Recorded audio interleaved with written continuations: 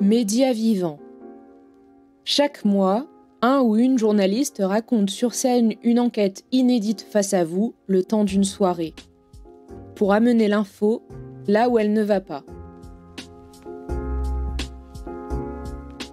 CMA-CGM, la Tour Infernale, une enquête de Jean-François Pouplain.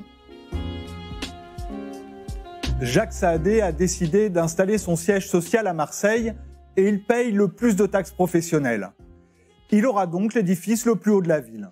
Cette leçon de politique marseillaise est de Jean-Claude Gaudin, l'ancien maire de Marseille. C'était le 14 janvier 2008 à l'occasion d'une visite ministérielle. À l'époque, on est en pleine campagne des municipales et Marseille est toujours engluée dans les années 90. Imaginé par le fondateur de la CMA-CGM, le gratte-ciel doit être la première pierre de la skyline du littoral de la seconde ville de France. C'est un rêve de la droite locale. La tour de 33 étages et 147 mètres de haut, finalement 15 de moins que la Bonne Mère, a été pensée à l'image du fonctionnement très pyramidal de l'entreprise. Mort en 2018, Jacques Saadé était surnommé Dieu le Père. Tout en haut de cet empilement d'open space, il y a la présidence. On y accède par un ascenseur privé. Viennent ensuite les directions stratégiques, la communication, l'affrètement, l'approvisionnement en fuel, le service juridique, les étages dédiés aux 250 lignes maritimes de la compagnie. Les ressources humaines sont au milieu. Tout en bas, on trouve l'informatique, le restaurant d'entreprise, la salle de sport, l'auditorium. Cette hiérarchie a aussi son importance hors de l'entreprise.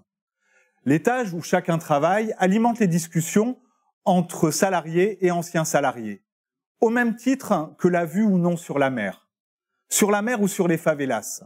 Vous avez bien entendu, favelas, c'est le nom que donnent les salariés de la CMA-CGM au quartier populaire du 2e arrondissement de Marseille. Sorti de terre en 2011, le gratte-ciel est aujourd'hui le symbole de la puissance du 3e armateur mondial et de la famille Saadé. Désormais aux manettes, les enfants de Jacques Saadé, Rodolphe, Tania et Jacques Junior, sont actionnaires à 73% du groupe via la holding familiale Mérite. Au 30e étage de la tour, le bureau de Rodolphe Saadé, donc c'est le benjamin de la famille et il est président PDG depuis 2017, est devenu une étape incontournable pour les présidents de la République ou leurs ministres. Et pas seulement parce que la vue y est exceptionnelle. Si les dirigeants se pressent à la CMA-CGM, c'est que l'entreprise est stratégique pour la France. Elle est présente dans 160 pays et son activité, au même titre que Total, est au cœur de la mondialisation. Le fret maritime transporte 90% des marchandises à travers le monde. La compagnie fait du soft power et elle a des capitaux solides. C'est devenu rare, résume un spécialiste de l'économie maritime qui souhaite rester anonyme. Grâce à ses 40 milliards d'euros de bénéfices nets en 2021 et 2022, Rodolphe Saadé multiplie aussi les achats stratégiques pour sa famille et pour son entreprise. Le milliardaire a investi dans les médias, la Provence et la Tribune en tête. Ce proche d'Emmanuel Macron rend également service à la patrie. Il est entré au capital d'Air France et il a abondé à hauteur de 200 millions d'euros dans le fonds gouvernemental de décarbonation du secteur maritime. Il a aussi réglé la déambulation du pape dans les rues de Marseille en septembre. Via la fondation CMA-CGM, présidée par sa sœur Tania, Rodolphe Saadé soulage aussi régulièrement Benoît Payan, le maire d'hiver gauche de Marseille. La fondation soutient des associations et des projets et finance des équipements comme le City-Stade de l'esplanade de la cathédrale de la Major. En regardant derrière les vitres du gratte-ciel, il est possible d'avoir une autre vision de la réussite ostensible de la famille Saadé, celle des salariés marseillais, des cadres à 80%. Et elle est beaucoup moins glamour que ce que raconte la communication du groupe. Dans un hommage à un film catastrophe des années 70, certains cadres ont surnommé le siège de la CMA-CGM la Tour Infernale. Même en période faste, comme au sortir de la pandémie de Covid-19, ces fameuses années 2021 et 2022, l'ambiance à la Tour n'est pas au champagne pour tout le monde. Un ancien cadre qui est resté plus de 15 ans chez le 3e armateur mondial, que l'on nommera Yann, témoigne. Quand les tarifs du fret ont atteint des sommets, il n'y a jamais eu autant de pression. Chaque conteneur valait de l'or, il ne fallait pas en perdre un seul, et d'insister. On demande toujours plus. Il y a une pression quasi quotidienne sur les objectifs. Principale activité du groupe, le fret maritime pousse à ses dérives. La CMA-CGM est propriétaire de 277 bateaux, mais en fait naviguer près de 600.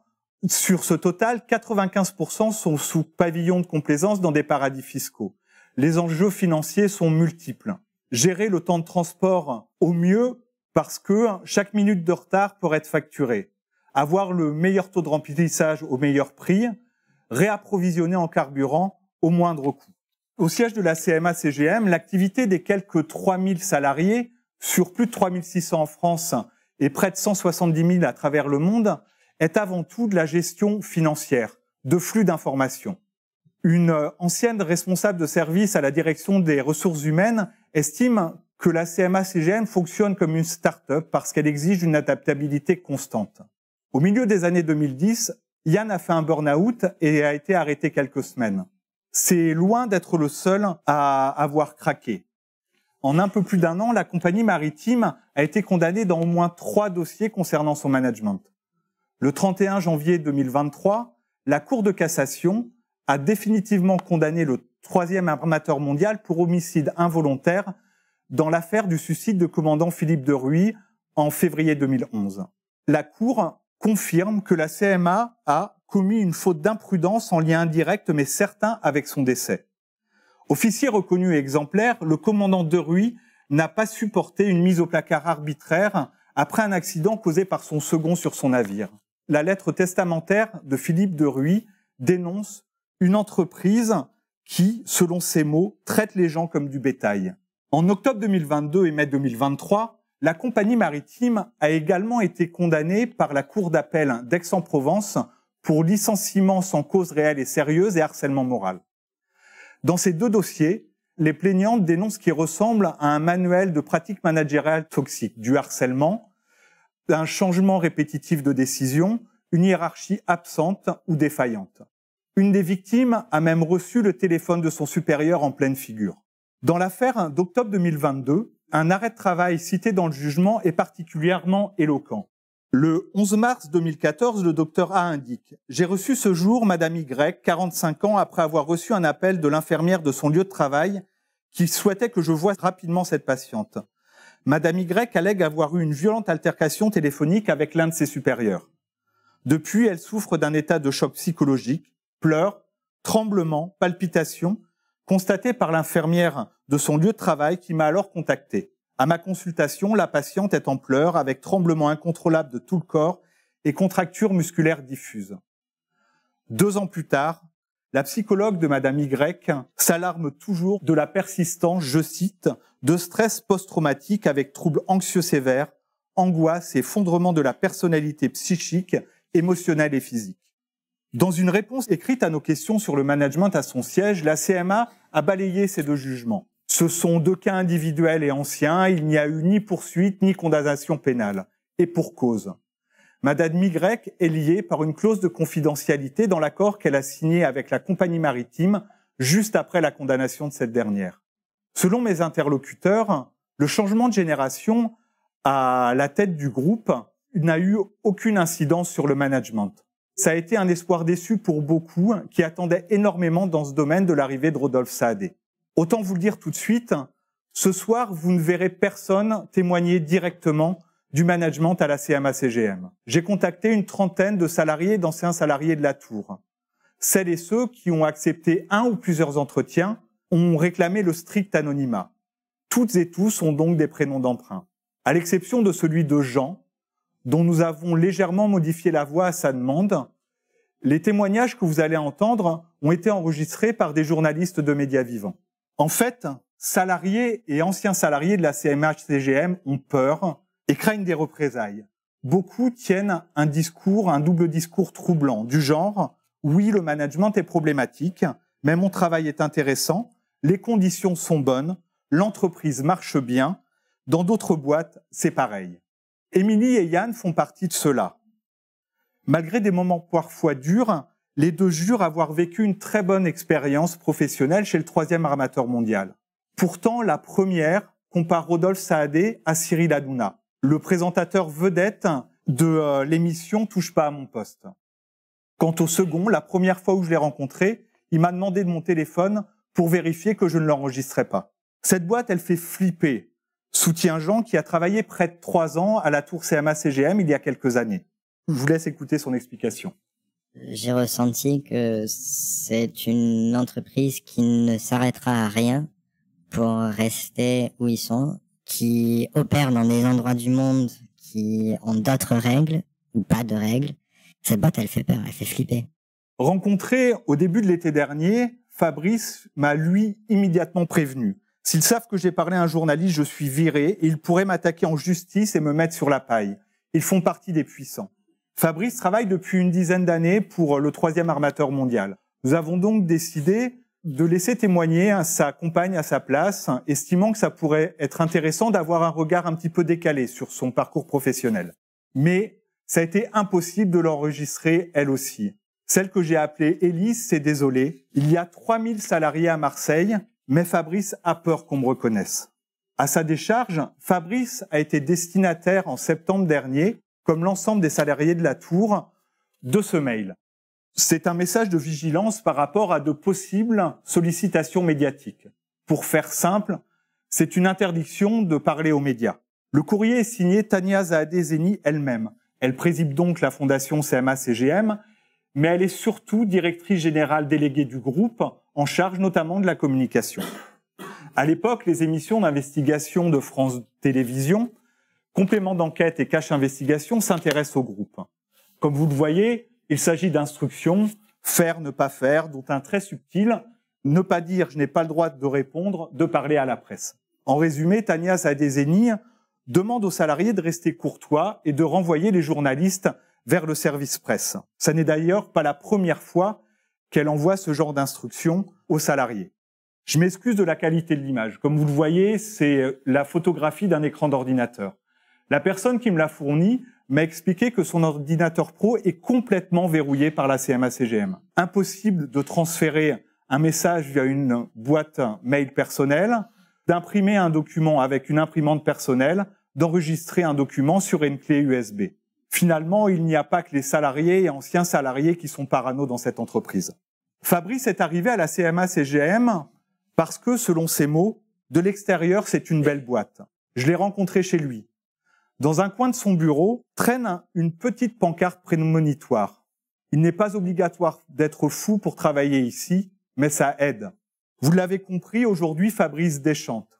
À l'image de près d'un tiers des avis sur la CMA-CGM laissés sur des sites de recherche d'emploi comme Indeed ou Glassdoor, il ne recommande pas son entreprise. À part, peut-être, m'a-t-il précisé, à des jeunes sans enfants et très ambitieux. Voilà un exemple récent d'avis. Le 13 juin, un chef de produit en poste à la CMA-CGM, depuis plus de 8 ans, décrit un management des RH catastrophique ou inexistant, un management par la peur généralisé et aussi une pression permanente du top management. Il y a quelques années, Fabrice aussi a été proche de faire un burn-out, mais lui ne s'est pas arrêté. Avec l'âge et l'expérience, il m'a expliqué qu'il encaissait mieux. La pression dans son boulot vient autant de ses managers que de l'organisation ou la désorganisation du travail chez le 3e armateur mondial. Il y a aussi un problème de sous-effectif. Pour Fabrice, ça se traduit avec des projets qui s'accumulent et des dates de rendu très rapprochées. Donc des périodes de travail particulièrement intenses. Il lui, par exemple, impossible de terminer un projet sans exposer son temps de travail. Selon lui, ça représente des centaines d'heures supplémentaires gratuites chaque année. Pour illustrer cette pression, Élise, sa compagne, m'a parlé du concept maison P0 pour priorité zéro. C'est le travail qui te tombe dessus et que tu dois rendre dans la journée. Donc c'est à gérer avec en plus les P1, P2, P3. Je vous laisse écouter le témoignage d'Élise. Fabrice n'est pas un poste où tu peux être en sous-régime. La pression est presque insoutenable. S'il ne fait pas le travail, il peut se retrouver dehors. Il a donc plus de soirées où il travaille que de soirées où il ne travaille pas. Pour lui, c'est presque plus compliqué de prendre du temps libre parce qu'il va le payer. Ça lui arrive même de dire « je vais travailler, ça va me détendre ». Il a toujours l'impression de prendre du retard, de ne pas éponger. Quand c'est ric-rac, qu'il y a plus de pression, on donne une prime pour le remotiver. Mais au-delà de la charge de travail, ce dont souffre aussi beaucoup Fabrice, peut-être le plus, c'est de ne pas avoir les moyens de faire les choses sérieusement. Ça se ressent sur sa disponibilité avec nous. Au quotidien, notre vie familiale est très précaire. Il y a toujours le risque d'une urgence à régler. Il ne peut pas s'engager sur les vacances, par exemple. Contrairement à ce que dit Fabrice, même célibataire et ambitieux, beaucoup de jeunes cadres n'apprécient pas plus que lui le management à la CMA-CGM. Ils sont nombreux sur les réseaux sociaux à afficher des expériences d'1 ou 2 ans seulement. Leïla et Jean font partie de ces jeunes cadres. Leïla a la trentaine et déjà une solide expérience quand elle arrive à la tour CMA-CGM quelques années avant la pandémie de Covid-19. Elle a été embauchée par une filiale de la compagnie maritime. Bien qu'étant au siège, ça l'a préservée du management maison, selon elle. Elle est restée moins de 2 ans. Leïla m'a expliqué que c'était parce qu'elle avait fait le tour de son poste, mais aussi parce que l'ambiance à la tour était, selon ses mots, pas géniale. L'expression est faible au regard de son témoignage. À la CMA-CGM, c'est le management par la peur. Il faut être une grande gueule pour tenir. En face de nous, il y avait une direction dans laquelle les secrétaires de direction changeaient régulièrement. On les voyait revenir de réunions en pleurs. Presque toutes partaient en burn-out. Seule celle qui arrivait à prendre de la distance tenait. J'ai aussi vu en réunion des personnes désavouées, pour qui ça a fait un choc, surtout au regard de l'investissement. J'ai le souvenir d'une réunion où une personne, peut-être un peu désordonnée mais qui bossait beaucoup, s'est pris une réflexion. Il est devenu livide, il a été muté et je ne suis pas sûre que c'était voulu. Jean a lui une trentaine d'années lorsqu'il est recruté pour travailler aux lignes maritimes. Après un CDD dans lequel il estime avoir fait ses preuves, il réclame un CDI. L'expérience vire au cauchemar. J'étais tout le temps dans le collimateur. C'est pareil pour les collègues. On était sous pression pour produire un maximum de bénéfices. On va dire que quand ça chauffait un peu dans l'open space, tout le monde baissait les yeux et on s'implique pas, on défend pas, parce que on veut pas rentrer encore plus dans un collimateur qui existe déjà. Enfin, les gens, ils avaient peur pour leur position. Du jour au lendemain, tu pouvais être viré. J'ai vu quelqu'un de mon service qui avait 15 ou 20 ans de boîte du jour au lendemain parce qu'elle plaisait pas. Alors peut-être qu'il y avait plus de choses que je n'étais pas au courant, mais du jour au lendemain, elle a disparu. Lundi soir, elle était là au bureau et le mardi matin, il y avait plus ses affaires, il y avait plus rien, parti. Quand tu vas pas dans le sens de ton manager, bah après ça cherche la petite bête partout. C'est-à-dire ah là t'as pas fait ça, t'as pas fait ci, et bien visible pour le reste de l'équipe. Des choses juste pour rabaisser en permanence sur l'aspect physique ou alors sur le job en soi. Ah t'as pas fait ça, t'es mauvais. Enfin vraiment c'était en permanence, constamment. Et une fois que t'es dans le collimateur, c'est très difficile de s'en sortir. Tu vas pas dans le sens du management, tu es un problème. Donc soit tu te casses, soit tu te tais.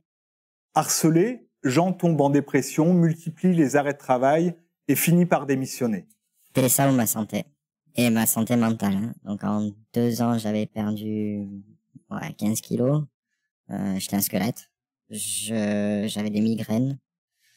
Mal au dos en permanence. Bloqué parfois le matin. J'ai vomi plusieurs fois dans le métro en allant au travail. Boule au ventre. Enfin, vraiment, c'était la totale. Et je suis arrivé au bout. Parce qu'après, il y en a eu des arrêts de travail pour ça. Où je me suis présenté au médecin en costume cravate et j'ai eu des prescriptions pour médicaments assez forts pour pouvoir dormir, pour gérer les migraines. Ça a été très difficile. Ça a mis bien 6 mois avant que les idées noires commencent à partir.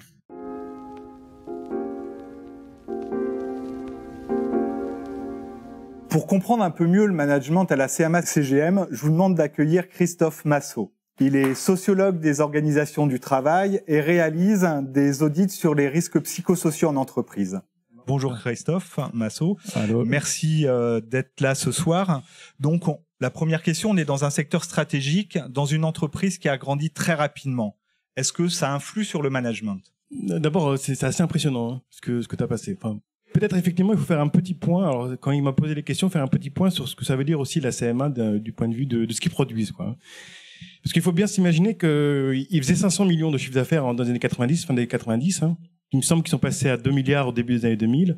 Du coup, j'avais repris le chiffre, mais je crois qu'ils ont pris 16 milliards en 2016. Et là, ils sont à 75. Donc, ça veut dire qu'en 25 ans, ils ont fait 105 fois 150. Hein. Et à peu près idem sur le nombre de salariés, quoi. Fin années 90, c'était 1000. Et puis là, tu as dit tout à l'heure, il était 170 000. Ouais. Donc, c'est une folie, hein. Voilà. C'est une anomalie. C'est quelque chose qui est très particulier. Sachant qu'en plus, on est sur des industries à très forte intensité capitalistique, hein. C'est-à-dire qu'un bateau, ça coûte 150 millions, enfin, à peu près, hein, aujourd'hui. La question qui se pose, c'est comment un acteur comme ça, il déboule, il arrive et en 25 ans, il prend une telle place, quoi.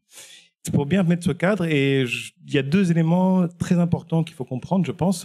Le premier, c'est cette notion de conteneur, quoi. Et là, on a l'objet magique, hein, l'objet clé, hein, de la mondialisation. C'est-à-dire qu'à un moment donné, le conteneur a permis, on va dire, une circulation des marchandises, en fait, des marchandises qu'on appelle des biens intermédiaires, c'est-à-dire d'usine à usine, hein, qui ont permis ce qu'on appelle la mondialisation, c'est-à-dire la mise en concurrence, hein, des fournisseurs, des boîtes, des travailleurs à l'échelle mondiale.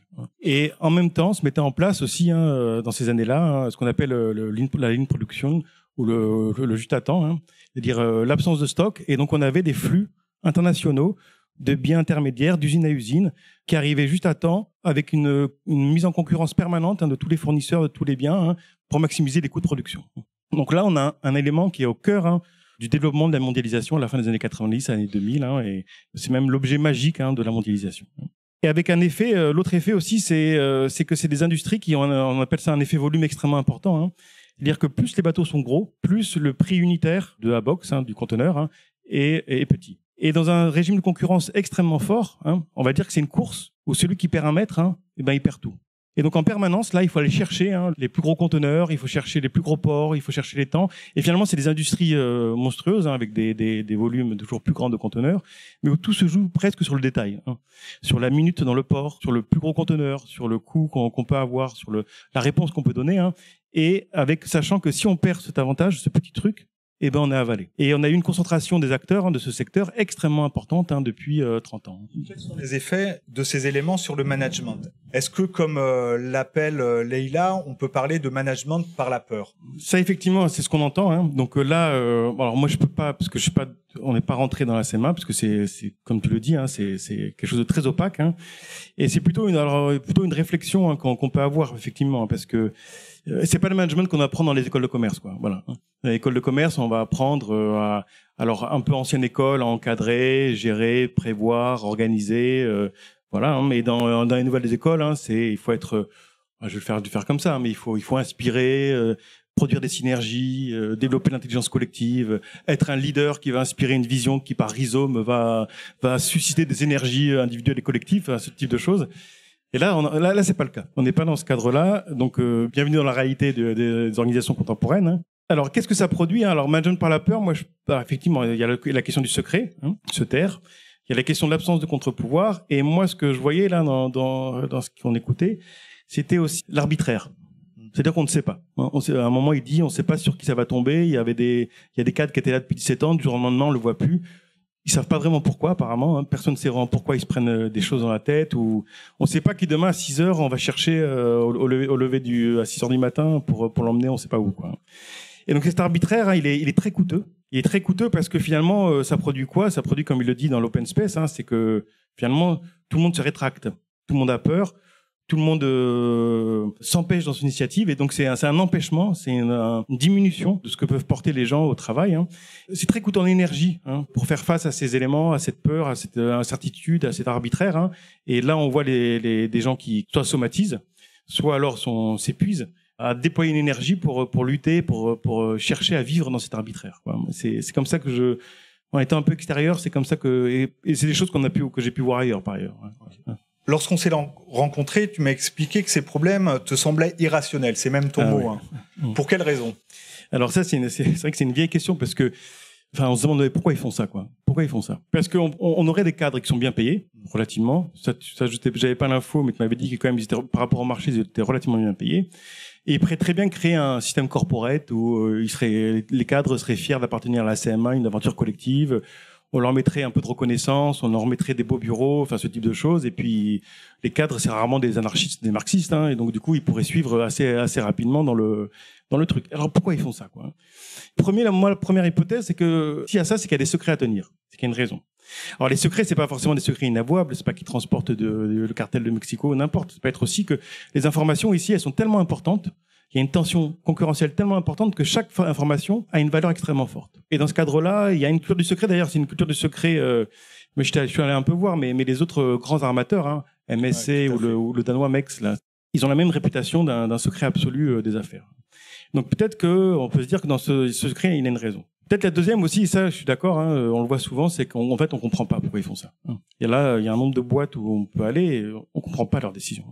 C'est-à-dire derrière une façade de maîtrise, hein, de maîtrise technique, de provision, de stratégie, derrière, on comprend pas pourquoi ils font ça. Et donc là, alors là, peut-être aussi, il faut peut-être remettre dans le cadre, hein, c'est que quelqu'un comme Saadé, hein, qui multiplie par 150 le chiffre d'affaires, ça monterait à la tête de n'importe qui aussi. Hein. Il faut bien le voir. Qui c'est qui ne deviendrait pas un peu fou de partir de 500 millions de chiffre d'affaires il y a 25 ans et d'arriver à 75 milliards? C'est quand même très particulier, quoi. Et quand on arrive à cette croissance, comment ne pas se prendre pour Dieu le Père, pour de vrai, hein, et pas voir le monde avec des fourmis en bas? Comment accepter un contre-pouvoir, des éléments contradictoires. Et après, moi, je pense qu'il peut encore y avoir une autre hypothèse, hein, je les partage, hein, parce que je sais pas laquelle est la bonne, hein, mais c'est que finalement, cette violence, hein, on peut la penser, comme un dysfonctionnement, comme quelque chose qui est pas normal. Hein. Mais on peut aussi lui dire qu'elle a un sens, quoi. Elle a un sens parce que là, on est sur une industrie, hein, on est sur des systèmes qui ont mis en concurrence, hein, très fortement au niveau mondial, hein, les ports, les fournisseurs, les travailleurs, les États, les législations, et qui est en permanence, hein, une mise en concurrence extrêmement forte sur ces éléments. Et avec l'idée que si on perd un peu, on est distancé et on meurt, on coule dans quelques années. Et donc finalement, là, cette violence, hein, c'est en fait parce qu'ils sont dans un système violent. Ils sont dans un système violent où à aucun moment il faut lâcher pied, quoi. Et donc quelque part, cette violence cette dureté, hein, cette violence qu'ils mettent en place au niveau mondial, hein, c'est comme si on peut faire l'hypothèse qu'elle était aussi pratiquée en interne, quoi. C'est qu'ils l'apprennent, ils la pratiquent pour la déployer. Et que là, elle a un sens presque industriel, hein, elle a une fonction d'être, hein, c'est que on est dur, on est violent, parce qu'il faut l'être et parce que c'est notre job. Les salariés sont interchangeables dans cette économie aussi. Hein. Alors c'est vrai, ouais. C'est vrai que interchangeable, c'est vrai que ça c'est une question qui est importante aussi. Hein. C'était effectivement dans la possibilité du développement de cette violence, de cette culture du secret. Hein. Parce que si vous voulez, quand on a des salariés qui ont une technicité forte, on va dire, un métier rare, qui est pas disponible sur le marché du travail, ces salariés vont ils vont avoir une forme de rapport de force, quoi. Parce que si on me vire, vous retrouverez personne pour me remplacer. Et ça, on peut l'avoir dans n'importe quel métier, enfin, pas n'importe quel métier, mais en tout cas, ça existe aussi bien au niveau cadre que technicien ou n'importe. Et là, effectivement, c'est des métiers qui sont plutôt ce qu'on appelle des métiers de planeur. Hein. Alors, c'est les termes en sociologie, c'est Marianne Dujarier qui a notamment travaillé dessus. C'est-à-dire, c'est une gestion de flux d'informations. Hein. On gère des flux d'informations à distance, hein, avec différentes logiques. Hein. Et là, potentiellement, effectivement, ça peut se trouver sur le marché. Ça peut se trouver sur le marché, effectivement, s'ils partent, eh ben, on peut en retrouver assez rapidement. Et peut-être même que dans le cadre de la CMA, là, ce qu'on leur demande, c'est peut-être moins une technicité forte sur le métier, qu'effectivement un engagement permanent à suivre constamment des flux mondiaux, hein, parce qu'il n'y a pas d'horaire sur ces flux, hein, et toujours à les suivre en permanence pour avoir toujours ne jamais avoir un poil de retard, hein, et toujours être au maximum d'une situation concurrentielle. Et donc là, ce qu'on cherche, hein, c'est une énergie qu'ils doivent déployer permanente, hein, qui ne doit jamais s'arrêter pour tenir la concurrence internationale. Pour en revenir à la violence, je vais revenir sur Émilie. À la fin du deuxième entretien qu'on a eu ensemble, s'est posé la question si dans ce genre d'entreprise, dans le genre de multinationale, en fait, il fallait pas ce genre de PDG qui se prend pour Dieu le Père ou qui impose cette violence dans les rapports sociaux. Qu'est-ce que vous en pensez ? Qu'est-ce que j'en pense ? Mais alors, je pense qu'il y a une fonction, hein, ça, je vais pas y revenir, mais ce serait peut-être une réponse de citoyen, voilà, peut-être une réponse de citoyen plutôt. C'est qu'effectivement, il peut avoir une fonction, ce management dans ce type de boîte. Mais moi, j'ai envie de faire une réponse de poupée russe, hein, c'est-à-dire, est-ce qu'on veut un monde dans lequel il y a ce type d'entreprise, quoi ? C'est-à-dire finalement où il y a une quête de puissance permanente, hein, qui ne peut pas connaître de limite, hein, et en fait, la limite va s'arrêter quand il y aura un seul survivant, hein, quand il n'y aura plus qu'un armateur mondial qui aura le monopole sur les ports et qui pourra en dicter ses prix et faire ce qu'il veut. Hein. Donc c'est plutôt, oui, il a une fonction, mais est-ce qu'on veut ça, hein ? Est-ce qu'on veut ça ? Justement, sur cette fonction, sur ces garde-fous, on a l'impression, en tout cas, que à la CMA-CGM, il y en a pas face à ces pratiques managériales. Comment l'expliquer ? Alors, presque on préfère des niveaux. C'est parce que déjà nos États, hein, voilà, que ce soit l'État français ou l'Europe, hein, c'est leur programme politique, hein, de la mise en place de ce type de marché mondialisé concurrentiel. Et quitte à avoir un acteur, qui soit en France, même s'ils ont 3-4 000 salariés français et puis le reste au niveau mondial. Hein. Donc, un acteur français, mais à la hauteur de ces proportions-là. Peut-être ils préfèrent l'avoir au niveau national, quoi. Et même après, moi, je dirais qu'au niveau local, hein, que peut faire finalement aussi au niveau local, il a un poids exorbitant qui est démesuré par rapport au territoire marseillais. Et même en interne, finalement, là, on voit un syndicalisme. J'avais regardé les chiffres de turnover, il parlait de 30%. Turnover, c'est-à-dire le 30% entre les entrées et les départs, hein, enfin, ça dépend comment il est calculé, mais c'est le taux de renouvellement des salariés. Et donc là, on a en fait une population qui est instable, hein. Donc, construire un syndicalisme sur une population instable, qui est fragilisée parce qu'elle est interchangeable sur le marché du travail, avec un management dans lequel qui défait les collectifs, hein, c'est très compliqué de construire un syndicalisme qui puisse s'opposer à une direction de ce type-là. Et donc là, je vois qu'au niveau international, au niveau national, au niveau local, même au niveau interne, hein, moi, je vois la partie, elle est bien déséquilibrée, quoi.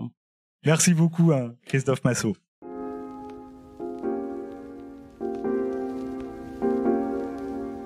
Le management par la peur, comme l'appelle Leïla, a une histoire à la CMA-CGM. C'est ce qu'explique le spécialiste d'économie maritime qui souhaite rester anonyme et que vous allez entendre.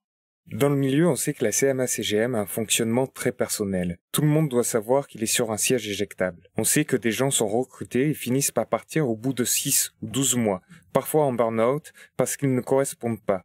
Ce sont des gens normaux dans une boîte compliquée. Les management meetings dont nous ont parlé plusieurs témoins en sont l'exemple le plus marquant. Ces réunions hebdomadaires rassemblent autour du PDG les principaux cadres dirigeants de l'entreprise et sont parfois très violentes. Des participants y sont dénigrés, certains ressortent en pleurs. Dans une enquête sur le système Saadé de novembre 2022, l'Obs raconte que Rodolphe Saadé lui-même a subi des humiliations publiques du temps de son père. Moins sanguin que ce dernier ou que sa sœur Tania, Rodolphe Saadé a lui la réputation d'être très autoritaire. Dans un entretien au Monde en février 2022, ce quinquagénaire, toujours tiré à 4 épingles et d'apparence très calme, expliquait « On peut me dire non, bien sûr, mais pas trop ». La dernière à l'avoir fait, c'est l'éphémère directrice des ressources humaines du quotidien La Provence. Elle aurait refusé de s'excuser d'avoir tenu tête à Rodolphe Saadé dans une réunion de direction. Arrivée le 1er octobre 2023, elle est repartie le 31. Ce management par la peur au plus haut de la tour CMA-CGM a des conséquences. Dans une espèce de réaction en chaîne, beaucoup de directeurs font redescendre la pression sur leurs subalternes. Et ainsi de suite. Des managers sont également déplacés au gré de leur performance, parfois du jour au lendemain, quitte à déstabiliser les équipes. Dans sa réponse, la CMA-CGM assure au contraire avoir, je cite, toujours favorisé le bien-être de ses collaborateurs et mis en place des dispositifs sociaux, notamment par accord d'entreprise, plus favorables que le Code du travail ou la convention collective. Elle explique aussi mettre à disposition de ses salariés une salle de sport ou même des vélos électriques, et même un espace médical. Surtout, elle affirme, je cite encore, avoir mis en place depuis plusieurs années un ensemble cohérent de mesures permettant de sensibiliser, prévenir, alerter, agir pour garantir des conditions adaptées. Système d'alerte, formation obligatoire. Le troisième armateur mondial réfute également un turnover très important à son siège. Il est de 32%, comme l'a dit Christophe Massot, selon son rapport 2022 sur les relations sociales de l'entreprise. La CMA-CGM affirme pourtant qu'il n'est que de 2,14% au niveau du siège de la tour. Ce chiffre paraît vraiment très faible au regard des affirmations de nos témoins qui parlent tous d'un turnover important. Pour beaucoup d'entre eux, la contrepartie à ce management toxique sont des rémunérations importantes. Selon Leïla, son salaire était autour de 5 000 € par mois brut, soit 15% au-dessus de la moyenne locale à boulot égal. C'est ce que confirme aussi Émilie, qui a travaillé plusieurs années aux ressources humaines. Voilà son explication. Ça, c'est la fourchette pour le middle management, le management intermédiaire. Il y a aussi des rémunérations indécentes pour ceux que l'entreprise va chercher, au-dessus de 150 000 € par an, voire beaucoup plus. À la CMA, on est trop payé pour ce que l'on fait, mais les niveaux de rémunération sont élevés parce que l'entreprise a une mauvaise image et un fort turnover. C'est donc compliqué de recruter à Marseille.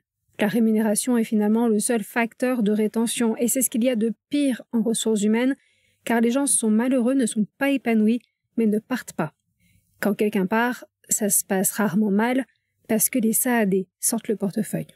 La politique salariale est effectivement attrayante. Il y a des augmentations liées à l'ancienneté, il y a des négociations annuelles obligatoires qui suivent plus ou moins l'inflation, il y a des augmentations personnelles, des primes collectives ou individuelles, de l'intéressement. Selon l'armateur, en 2023, il y a une augmentation générale de 6%. Il y a aussi une enveloppe d'augmentation personnelle de 2% et des primes et des intéressements. Dans sa réponse, la compagnie maritime s'enorgueillit aussi, selon ses termes, de mener une politique volontariste de distribution de la richesse créée collectivement et d'insister. C'est sans doute la raison pour laquelle nos rémunérations sont au-dessus de la moyenne des entreprises de notre taille et ou des entreprises de la région. En 2021, certains salariés ont pourtant ri jaune, malgré des primes qui ont atteint 4,5 mois de salaire. La CMA-CGM avait réalisé une année exceptionnelle avec 16,4 milliards d'euros de bénéfices nets et avait été très généreuse. Mais Evergreen, son concurrent taïwanais, l'avait été encore plus. Ses primes, à lui, ont grimpé jusqu'à 40 mois de salaire. Pourtant, ses bénéfices étaient 3 fois moins importants que ceux de la CMA-CGM. Délégué syndical central CFDT, Olivier Patin est le seul représentant d'une organisation syndicale de la CMA-CGM à nous avoir répondu. Les deux premières, la CFE-CGC et FO, ont snobé nos sollicitations.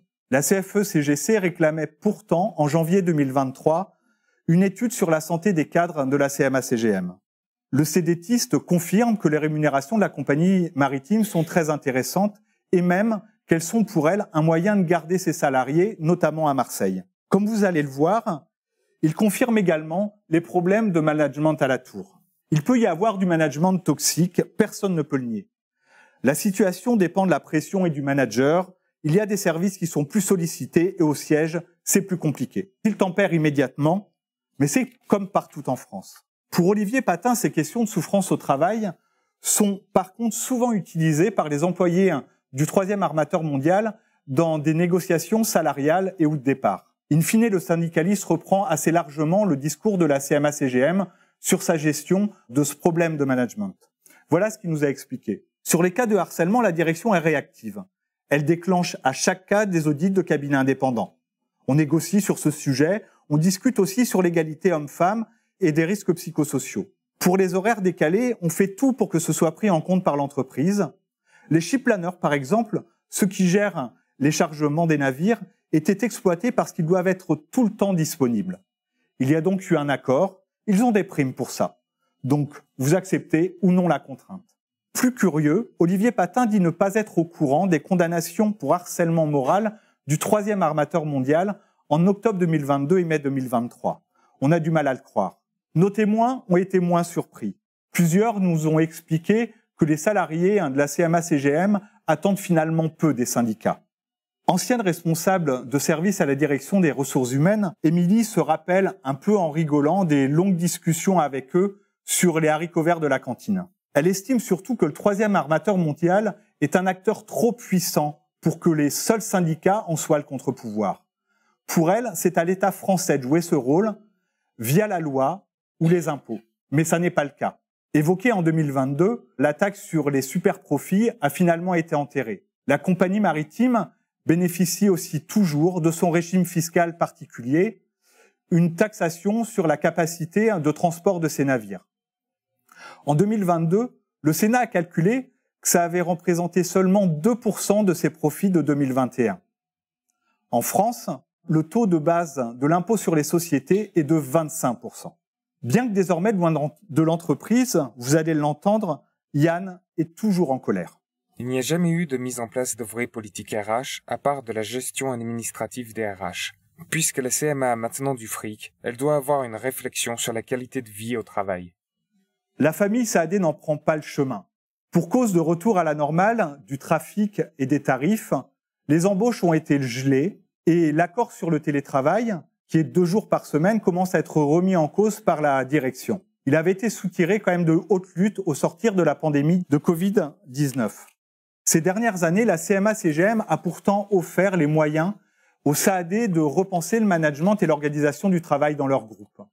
En 2023, le bénéfice devrait encore largement dépasser 3 milliards d'euros. Mais la fratrie a préféré se diversifier et assurer ses revenus en multipliant les acquisitions pour maîtriser l'ensemble de la chaîne de transport. Récemment, il y a eu le prestataire colis privé, la branche logistique du groupe Bolloré ou la compagnie maritime marseillaise La Méridionale. L'endettement de la multinationale a aussi fondu.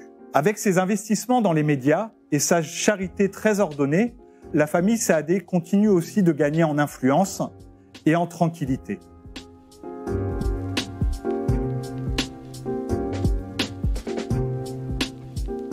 C'était CMA-CGM, la tour infernale, une enquête de Jean-François Pouplin. Chaque mois, un ou une journaliste raconte sur scène une enquête inédite face à vous. Le mois prochain, nous reviendrons sur 50 ans de féminisme à Marseille. Ce podcast vous a plu ? N'hésitez pas à parler de notre projet autour de vous et à nous attribuer des étoiles. Et n'oubliez pas, l'actualité se raconte aussi dans notre newsletter. L'inscription est gratuite depuis notre site mediavivant.fr. Le projet ne grandira pas sans vous, alors merci et à bientôt.